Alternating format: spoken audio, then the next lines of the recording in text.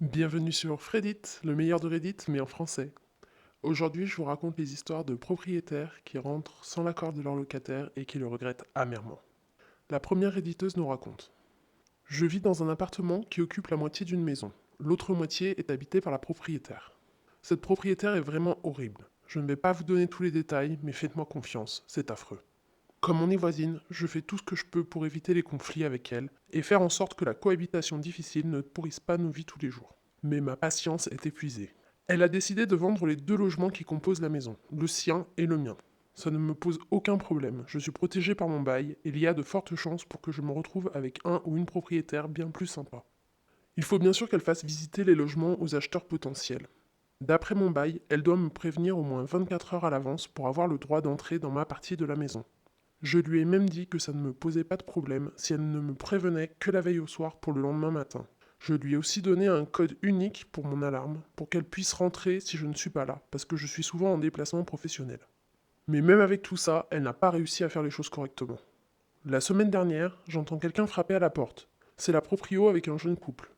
Elle me demande s'ils peuvent rentrer pour jeter un œil à mon logement. Je lui réponds que non, désolé, mais je n'ai pas eu le temps de préparer les lieux pour une visite parce qu'elle ne m'a pas prévenu. Elle fait la moue et demande à ce que je les laisse jeter un œil rapide depuis le seuil de la porte. Je reste sur ma position et je lui dis qu'ils peuvent revenir demain s'ils le veulent, puis je ferme la porte. Quelques jours plus tard, alors que je sors de chez moi, je croise la propriétaire dans la rue avec un inconnu. Elle s'excuse de ne pas avoir prévenu hier soir, mais elle me demande si elle peut monter faire visiter chez moi à cet homme. Je lui réponds que non. J'ai du linge en train de sécher et aucune envie qu'un inconnu reluque mes sous-vêtements. Elle fait à nouveau la moue. Je suis pressé donc je saute dans la voiture et je pars. En arrivant au travail, j'ai une notification sur mon téléphone. C'est mon alarme d'entrée qui m'apprend que le code de ma propriétaire a été utilisé pour désactiver puis réactiver l'alarme il y a quelques minutes. Elle est assez âgée et ne se rend probablement pas compte que je peux voir qui utilise les codes d'accès en temps réel. Je suis hors de moi. Ce soir-là, j'ai supprimé le code que je lui avais donné pour mon système d'alarme. Mais je ne la préviens pas de ce changement. Je me disais que si elle avait besoin de faire visiter quand j'étais en déplacement, je pourrais simplement désactiver l'alarme à distance depuis mon téléphone. La semaine suivante, je suis en déplacement professionnel. Je passe ma journée en réunion. Quand je check mon téléphone, j'ai un million de notifications. Mon système d'alarme a tenté de me prévenir d'un intrus.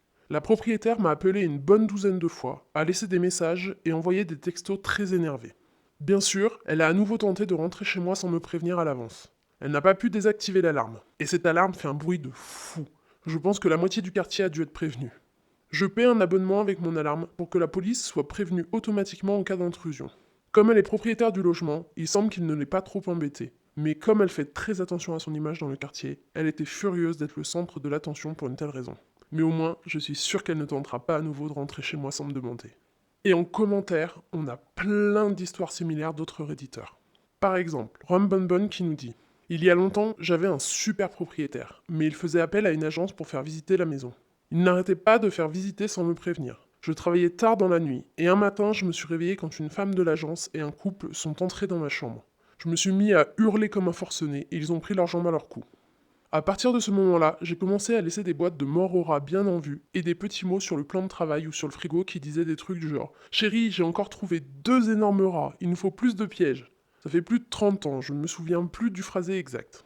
L'agence s'est plainte au propriétaire et je lui ai dit que j'enlèverais tout ça chaque fois que je serais prévenu 24 heures à l'avance. Sinon, il y aurait systématiquement du raticide et des petits mots sympas dans l'appart. Le proprio a bien ri, il ne m'en a pas voulu du tout et a même dit qu'il en discuterait avec l'agence. On a aussi un témoignage de Bottomless. Quand on vendait notre première maison, notre agente immobilière est venue sans prévenir un après-midi. Au moment d'ouvrir la porte, elle a crié: Attaque ninja!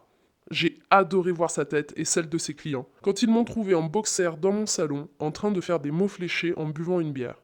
Autant vous dire qu'il n'y a pas eu d'autre attaque ninja après cet incident. Et on a vendu la maison rapidement de toute manière. KR Trifrock 2 raconte: j'ai surpris l'agent d'entretien en train de rentrer dans ma chambre alors qu'il pensait que je n'étais pas là. Le détecteur de fumée de la pièce principale n'arrêtait pas de biper. L'agence m'a dit qu'il m'envoyait quelqu'un pour le changer. Normalement, j'aurais dû être en cours à ce moment-là, mais je suis resté au lit à cause d'une migraine. J'étais dans le noir, dans ma chambre, quand j'ai entendu l'agent d'entretien entrer dans l'appartement sans frapper à la porte ni attendre que je lui ouvre. J'étais agacé, mais pas assez pour me traîner jusqu'au salon et lui faire une leçon de politesse. Je l'entends bricoler dans la pièce d'à côté pendant quelques minutes, et le détecteur de fumée arrête enfin de faire du bruit. Un peu plus tard, la porte de ma chambre s'ouvre et l'agent d'entretien entre comme s'il était chez lui. Je m'assois dans mon lit et je lui demande très énervé ce qu'il fait là. De toute évidence, il était très surpris de me trouver là. Et il a bégayé une explication et des excuses avant de prendre la fuite. J'ai appelé l'agence immédiatement et je leur ai expliqué ce qu'il venait de se passer. Ils m'ont assuré que rien de tout ça n'était normal ou acceptable pour eux, et qu'ils s'occupaient de régler la situation avec cet homme. Je suppose qu'il s'est fait virer, en tout cas, je ne l'ai plus jamais vu. Encore aujourd'hui, je suis dégoûté quand je me demande ce que cet homme avait l'intention de faire seul dans la chambre d'une jeune femme. Tracy Minobi raconte: Oh mon Dieu, certains propriétaires sont vraiment bornés. Quand j'avais 20 ans, j'étais mariée à mon ex. J'étais enceinte de 7 mois en plein mois d'août. On vivait dans la partie supérieure d'une maison, séparée en 2 appartements. On n'avait pas la clim, c'était en 86. J'étais en train de flotter dans l'immense baignoire remplie d'eau froide avec un ventilateur en route. La porte de la salle de bain était ouverte. J'ai hurlé quand j'ai vu le propriétaire de l'appartement sur le pas de la porte, en train de me dire qu'il allait commencer des travaux devant l'entrée de notre logement. Mon ex est venu en courant et l'a éjecté de la salle de bain avant de le mettre à la porte. Notre porte d'entrée, qui mène directement dehors, était fermée à clé. Il n'a ni frappé ni sonné. Il est entré avec sa propre clé un samedi après-midi. J'étais bien sûr dans tous mes états. J'ai commencé à avoir des contractions. On a dû aller aux urgences. Et d'après les médecins, c'était la conséquence du stress. Et j'ai dû être principalement alité pour le reste de ma grossesse. Le propriétaire s'est fait allumer par mes parents et mes beaux-parents. Avec mon ex, on a trouvé un nouvel appartement, on a mis un terme à notre bail et tous nos proches nous ont aidés à déménager. C'était fait en une semaine. Quel idiot. Et on a encore une histoire dans le même genre en dessous. J'ai vécu une situation similaire avec une propriétaire. J'avais installé une caméra intérieure. Apparemment, elle a décidé de rentrer chez moi pour une raison que je ne m'explique pas trop. La caméra la filme en train de rentrer, puis d'avancer dans mon logement. Ensuite, elle sort du champ. Une minute plus tard, elle est en train de ressortir, mais elle s'arrête au niveau de mon placard d'entrée et l'ouvre pour regarder à l'intérieur. J'ai reçu une notification sur mon téléphone. J'ai téléchargé la vidéo et fait une capture d'écran où on la voit bien fouillée dans mon placard. Je lui ai envoyé la photo avec le message: Je peux savoir ce qui se passe là? Elle m'a sorti des excuses ridicules et je n'ai pas pris la peine de lui répondre. Ça ne s'est pas reproduit depuis, mais j'ai acheté et installé 3 caméras supplémentaires qui couvrent l'intégralité du logement. Et enfin, on a une histoire de dingue racontée par Annual Risk 6822. La pire propriétaire que j'ai eue, c'était dans mon premier appart. Parce que je n'avais jamais vécu seul, j'étais très naïve et je ne connaissais pas mes droits. Je voulais à tout prix faire bonne impression, j'étais terrifiée de me faire mettre à la porte. Les premiers signes avant-coureurs sont apparus dès ma première visite. La partie à louer était au rez-de-chaussée et la proprio vivait à l'étage du dessus. Elle m'a demandé si j'avais un copain. Je lui ai répondu que non. Elle en était ravie car apparemment le dernier locataire avait beaucoup d'activités nocturnes très bruyantes. Et à cause de ça, elle interdisait maintenant à ses locataires de recevoir la nuit. Ok. Ensuite, elle m'a dit qu'elle et son mari allaient être à l'étranger pendant 2 mois, donc il fallait que je paye 2 mois d'un coup. Je lui ai demandé si je pouvais lui faire un chèque à encaisser plus tard pour le second mois. Elle a refusé, il fallait à tout prix que je paye les 2 mois en une fois. J'avais un job au SMIC, mais j'ai quand même réussi à me débrouiller pour payer. Enfin, elle a décidé de vendre la maison, mais ne m'en a jamais informé. Elle ne m'a pas prévenu une seule fois quand elle faisait visiter. C'était particulièrement gênant parce qu'il y avait 2 portes qui communiquaient entre nos logements, et l'une des 2 était dans ma salle de bain. Et elle s'en est servie plus d'une fois. Heureusement, je n'étais pas en train de m'en servir à ce moment-là. Après tout ça, j'ai enfin trouvé un nouveau logement. J'ai payé le premier loyer du nouvel appartement, tout en conservant l'ancien, pour être sûr d'avoir le temps de déménager tranquillement.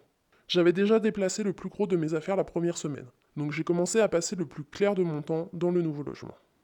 Je retournais à l'ancien, surtout pour récupérer des affaires et faire un peu de ménage par-ci par-là.